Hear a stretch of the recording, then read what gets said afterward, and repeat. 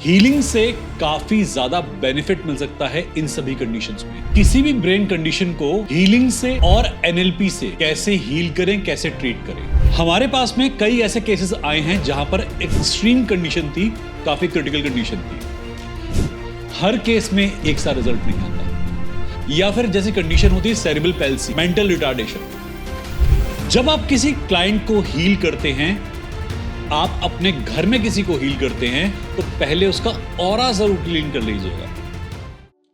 Autism, dyslexia, Alzheimer, Parkinson या किसी भी ब्रेन कंडीशन को हीलिंग से और एनएलपी से कैसे हील करें, कैसे ट्रीट करें। और कई बार यह डाउट आता है कि ये कंडीशंस क्या ट्रीटेबल हैं, ठीक हो सकती हैं या नहीं। हीलिंग से काफी ज्यादा बेनिफिट मिल सकता है इन सभी कंडीशंस में।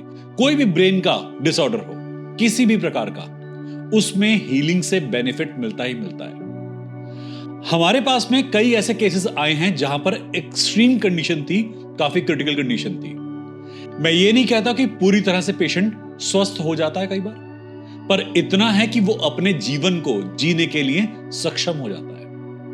हर केस में एक सा रिजल्ट नहीं आता, बट इतनी प्रोग्रेस हो जाती है कि हमारा क्लाइंट, हमारा पेशेंट अपनी लाइफ में एक रूटीन को फॉलो कर सके। हीलिंग हमारे पास में किन किन पॉइंट्स पर करनी चाहिए यदि हमें हीलिंग को ऑटिज्म के लिए देना है, डिसलेक्सिया के लिए देना है, या फिर जैसी कंडीशन होती है सेरेब्रल पैल्सी, मेंटल रिटार्डेशन। इस कंडीशन के लिए पहले हम नाभि को हील करते हैं, नेवल पॉइंट को हील करते हैं। हमारे पास 3 चक्र होते हैं इन पॉइंट्स को हील करने के लिए। एक होता है स्वादिष्टान, एक होता है नाभि के ऊपर का चक्र, जो नाभि के ऊपर ऊर्जा मंडल होता है, और एक नाभि के अबव मणिपुर चक्र। तो पहला रूट कॉज जो निकल के आता है वो हमारी नाभि के आसपास से आता है। तो अपना एक हाथ नाभि के नीचे, एक हाथ नाभि के ऊपर रखकर स्टार्टिंग करें हीलिंग की। कुछ देर बाद अपना लेफ्ट हैंड नाभि के ऊपर रखें और राइट हैंड को लेफ्ट हैंड के ऊपर रखें। यह आपने हीलिंग करनी है 10-10 मिनट। 10 मिनट नाभि के नीचे, 10 मिनट नाभि के ऊपर, फिर नाभि के एग्जैक्टली ऊपर दोनों हाथ रखकर। इसके बाद जो भी पेशेंट है, क्लाइंट है, उसके सिर के आसपास इन दोनों पॉइंट्स पर, ये 4 पॉइंट्स ऐसे हैं जहां पर हम किसी भी dyslexia, mental retardation, cerebral palsy, autism या ब्रेन में कोई कंडीशन जैसे आपके पास में पार्किंसंस, अल्जाइमर, इन पर भी काम करना चाहेंगे तो रिजल्ट आते हैं। जब आप किसी क्लाइंट को हील करते हैं, आप अपने घर में किसी को हील करते हैं, तो पहले उसका ऑरा जरूर क्लीन कर लीजिएगा। मेरी कई सारी वीडियो डली हुई हैं ऑरा क्लेंजिंग के ऊपर। ऑरा क्लेंजिंग के बाद में हीलिंग के मिरेकुलस रिजल्ट्स आते हैं। 10-10 मिनट इन पॉइंट्स पर हीलिंग डेली करनी होगी। दिन में कई बार कर पाएं और अच्छी बात है, पर इन पॉइंट्स पर एग्जैक्टली 10 मिनट से कम हीलिंग मत कीजिएगा। स्टार्टिंग में जो रिजल्ट होगा वो वेरिएबल होगा। हमारे पास जितना हमने प्रैक्टिस करी, उसमें 1 से 2 महीने के अंदर कुछ ना कुछ चेंजेस आने शुरू होते हैं। ऐसा नहीं है कि चेंजेस हमेशा प्रोग्रेसिव होते हैं। कभी कभी पेशेंट उसी कंडीशन में वापस चला जाता है जहां से ओरिजिनेशन हुआ था।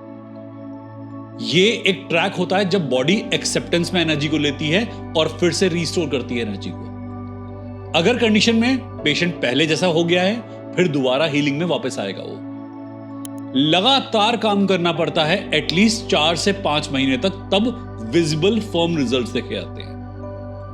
इनके साथ में काफी इफ्स एंड बट्स होते हैं। अगर कोई डाउट आता है कहीं भी, आप हमारे स्टाफ को या हमें कांटेक्ट कर सकते हैं। हीलिंग करते हुए आपको एक चीज याद रखनी है कि क्लाइंट किसी भी तरीके से या पेशेंट किसी तरीके से स्ट्रेस्ड आउट नहीं होना चाहिए। यह काम हम डिस्टेंस पे भी कर सकते हैं। यदि आप डिस्टेंस हीलिंग करना चाहते हैं किसी की, अपने परिवार के सदस्य की या किसी पेशेंट की, तो वो भी पॉसिबल है।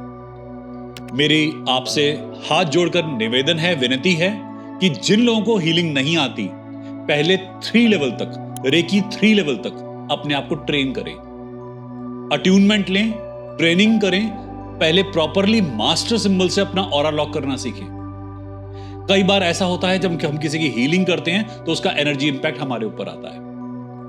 बिना प्रॉपर गाइडेंस के, बिना प्रॉपर ट्रेनिंग के प्लीज किसी की हीलिंग ना करें। क्लाइंट में तब्दीली नहीं आएगी, आपके ऊपर भी नेगेटिविटी दिखेगी। अपनी डाइट को कंट्रोल रखना होता है, अपने रेजिम को, रूटीन को कंट्रोल रखना होता है। ये जो मैंने आज को जो प्रॉब्लम आपसे डिस्कस करी हैं, ये जो मैंने टेक्निक डिस्कस करी हैं, ये प्रोफेशनल्स अपनाएं, प्रोफेशनल अप्रोच के साथ अपनाएं तो और अच्छा रहेगा। मॉर्निंग मेडिटेशन साथ में जरूर करें। जो हीलर्स मॉर्निंग मेडिटेशन नहीं कर पाते, उनका ऑरा वेरिएबल रहता है। मैं अपने हर वीडियो में लगभग बता चुका हूं कि मॉर्निंग मेडिटेशन की बहुत इंपॉर्टेंस है। अगर आप मॉर्निंग में मेडिटेशन करते हैं तो आपका ऑरा ऑटोमेटिकली स्ट्रांग होता चला जाता है। इन सब टेक्निक्स को यूज करें, अपना और अपने परिवार का, अपने सभी क्लाइंट्स का फायदा करें। हर हर महादेव। धन्यवाद।